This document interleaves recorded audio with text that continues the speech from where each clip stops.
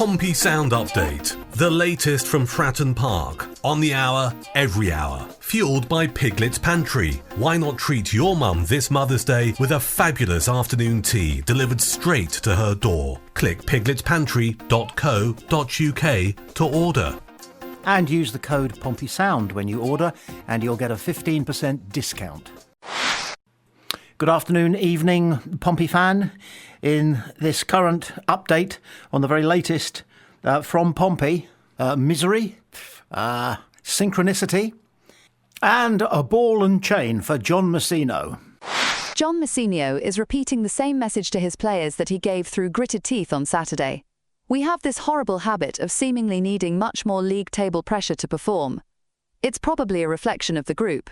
If you're a good team and you want to make it at this level, you have to manufacture this yourself to make sure you play with the intensity, like when we have had our backs to the wall. I can't live with what we did on Saturday. We switched off and did things that we explicitly told the players not to do.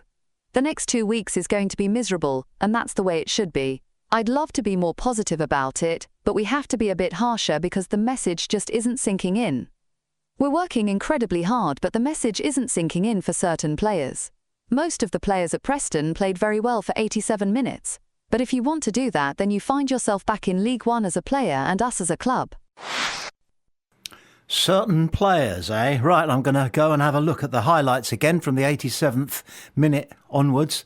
Find out if I can who those certain players might be.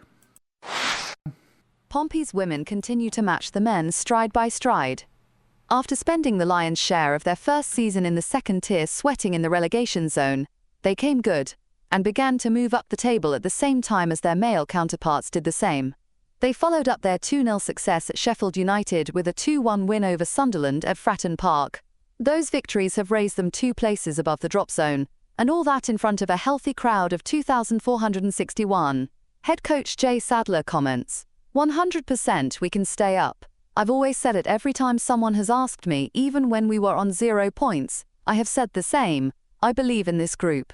Ava Rowbottom and Meg Hornby scored the goals that beat 6th place Sunderland comfortably enough. So, yeah, well done, Pompey women. Well done, Jay Sadler and the rest of the crew for sticking at it. You need thick skin in football, no matter what level you're coaching at or playing at. And obviously, they've toughed it out really well. Keep it going. Despite a handful of relatively poor results pitching Pompey towards the relegation zone, John Messino's stock seems higher than ever. So much so that football pundits such as Sky Sports' Lee Hendry are flagging up the possibility that a big club might come calling in the summer. It's even whispered in places that he will continue to be seen as English football's manager with the greatest potential, even if the worst happens and Pompey are returned to League One. Commentators like Hendry believe that Messino's success in winning the League One title and taking Pompey into the Championship in his first full season, having been originally appointed as a rookie manager, combined with his efforts to keep Pompey in the Championship on perhaps the lowest budget in the league, will all be fresh in the minds of board members and sporting directors across the Premier League. Pompey's decision to extend Messino's contract along with that of Rich Hughes is increasingly being interpreted as signalling the possibility that his phone had started ringing as soon as just a couple of months into the new season, with Pompey struggling for a win. All Pompey Sound can add, whilst crossing all fingers that he's not on the move, is that his first club was Brentford, where his contacts have probably gone cold. And his boyhood team was Spurs, who do seem to be the most likely predator. There's nothing wrong with being ambitious. Nobody would criticize him for harboring dreams of going to great heights, but he's an eminently meticulous individual who will have planned his career trajectory in detail. And his best hope and intention is that he wants to be seen to have done and dusted a good job of making Pompey viable Premier League material. Yeah, all I can say is that, and we don't know for sure that he was a Spurs fan, and I don't think it enters into the discussions about his future, the fact that he used to support Spurs, probably still looks for their results early on a Saturday afternoon or whenever they're playing. Interesting, this thing about synchronicity. Nobody can explain why the men's team and the Pompey women's team seem to go, I'm going to say hand in hand, you know what I mean, metaphorically.